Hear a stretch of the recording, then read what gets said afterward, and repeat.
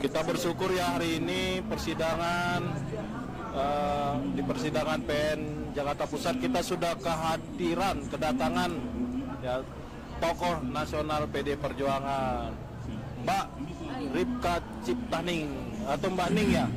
Ya, selamat siang Mbak Ning. Sehat ya Mbak Ning ya? Iya. Dari pagi nih ya tadi hadir di persidangan ya. Ini kita lagi live streaming Mbak Ning di akun YouTube Gen Banteng. Ya. Nah, boleh nanya-nanya sedikit ya Mbak Ning terkait pendapatnya, kesannya ya terkait apa yang sedang dialami oleh Pak Sekjen PD Perjuangan Hasto Kristianto. Mbak Ning kan mengikuti ya dari awal persidangan ini gitu ya. Oh, dari pra-peradilan bahkan diperiksa KPK juga. Oh ya, yang sempat heboh juga. Kalau Mbak Ning pokoknya datang tuh ada aja kehebohan gitu ya. Ya, nah bagaimana tanggapan Mbak Ning sejak Pak Sekjen ditetapkan jadi tersangka, pra-peradilan, ditahan, kemudian sampai ini sidang ke-19 pembacaan tuntutan dari JPU. Bagaimana tanggapan Mbak Ning? Ya, alhamdulillah puji Tuhan ya. Aku mungkin yang datang terus lah. Misalnya ada seminggu 2 kali ya, seminggu sekalinya pasti ada ya. Banyak kan hari Kamis aku ikut pasti.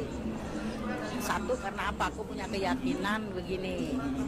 Sekjen tidak merugikan negara, itu ya kan. Dia kan nggak ngambil APBN, nggak apa ya kan. Satu itu. Kedua kenapa? Pak Sekjen adalah orang kedua partai kita setelah ketua umum partai besar.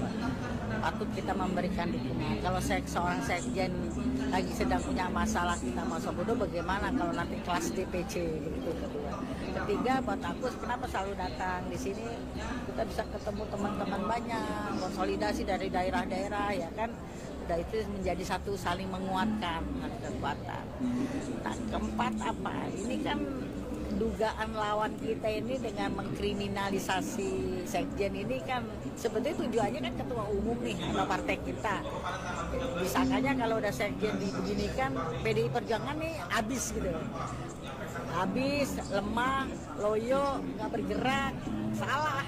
Justru kita malah konsolidasi di sini kan, jadi menjadi saling menjadi kekuatan, jadi menjadi Sekjen bisa dianggap lambang perlawanan sehingga kayak kita tahun 96 dulu Mbak Mega lah gitu kan. Nah jadi banyak hal yang digunakan.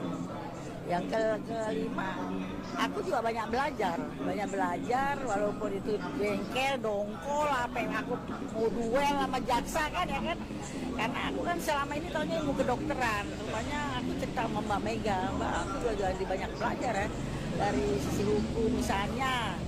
Biasanya itu kan kalau ahli bahasa kalau di DPR itu kalau kita mau bikin undang-undang titik koma misalnya dan atau gitu, rupanya di pengadilan tuh butuh ya misalnya kata-kata tuh kedua orang saling mengenal, saling sepakat dan jadi banyak belajar juga gitu. Walaupun kita dongkol kayak hari ini gitu kan, hari ini itu kan kata-kata yang diulang-ulang, yang satu jaksanya ngomong itu nanti yang orang kedua ulang lagi, dan itu sebenarnya kan yang sudah didakwakan waktu itu ya kan, ya kurang kerjaan aja gitu deh.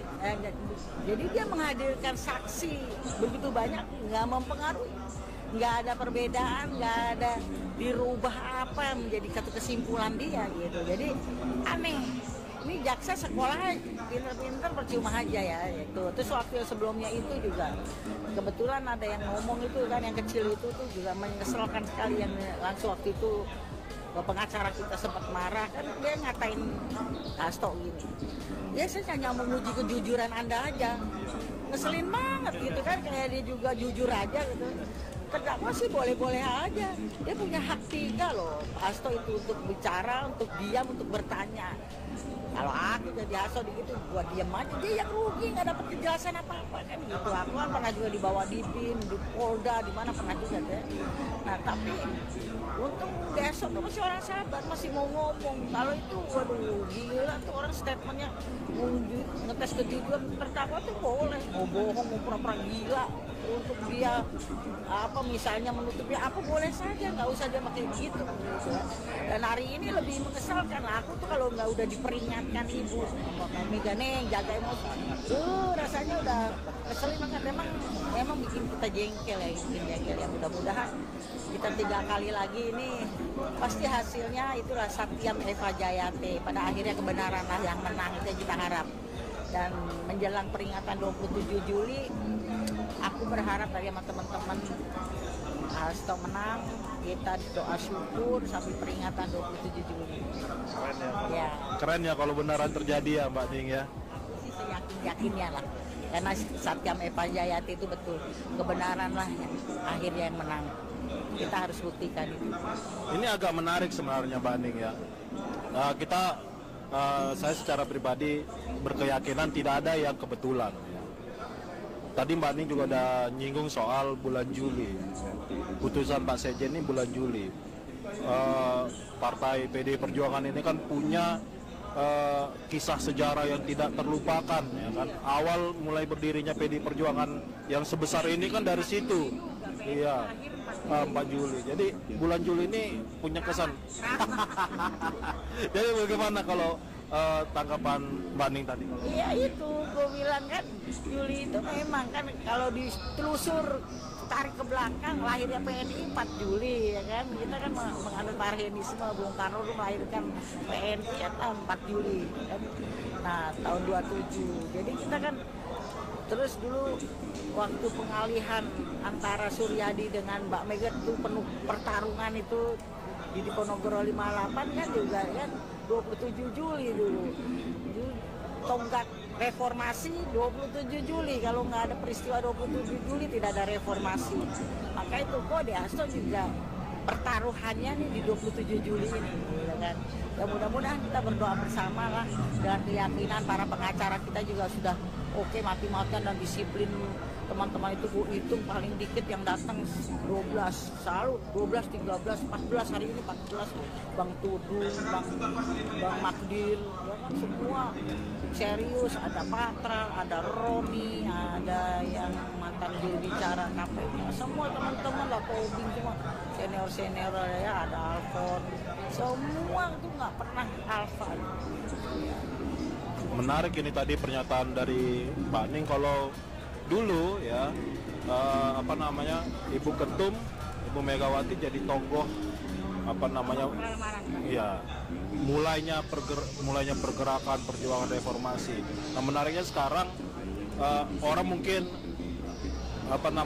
berharap dengan peristiwa ini namanya PDIP hancur, habis, namanya Sekjen Hasto juga, tapi malah kebaliknya. Nah, bagaimana menurut?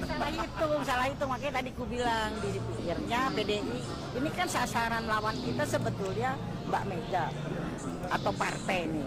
Jadi dilumpuhkan dulu sekjennya, karena kan sekjen itu perannya penggerak mesin partai ya kan. Kalau sekjennya dilumpuhkan selesai nih partai. Tetapi malah enggak, lihat aja kan kawan datang dengan sukarela loh, mereka nih ongkos sendiri, nggak ada yang dikasih ongkos mereka. Makan juga ada aja ibu-ibu yang bawa 20 pak, 30 pak, 10 pak untuk kita makan. Para pengacara aku nyaksiin di bawah itu. Bang Magdir tuh cerita, saya itu pernah jadi pengacaranya partai A, partai B, si A, nggak ada yang gotong royong kayak gini Mbak Ning. Paling ya mereka makan sekeluarga atau separtainya. Ini gila luar biasa. Itulah yang tanamkan Ibu Mega ya kan, selalu gotong royong. Ya memang udah rohnya begitu dari dulunya. DNA kita nih partai sendal jepit, tapi keuntungan sendal jepit itu gotong royongnya tinggi, tidak egosentris. Kalau orang-orang yang elit itu kan biasanya ya egois masing-masing, tapi kita itulah nggak hilang juga sampai sekarang. Ketika kita diterjepit itu serasa gotong royongnya muncul. Iya itu kalau dari PD Perjuangan begitu. Tasdi aja tuh yang dari Purbalingga datang Tasdi, teman-teman kemarin Sumut, Palu datang dari mana-mana, makanya jadi terkonsolidasi di sini ya kan, terkonsolidasi datang sendiri perasaan itu dari Babel, dari Kalteng. Iya, terkonsolidasi dari Papua, dari Maluku, ada tuh ketua DPD-nya datang. Ketemu lah, makanya aku bilang aku tuh salah satunya yaitu bisa ketemu teman-teman. Makanya aku selalu datang, ya kan, selalu datang nemenin Dek Maria, istrinya Ade Asto kan. udah seperti adik lah, gitu, temenin. Aku juga pernah merasakan hal yang seperti ini, jadi gitu. Oke? Iya. Iya ya, siap. Merdeka.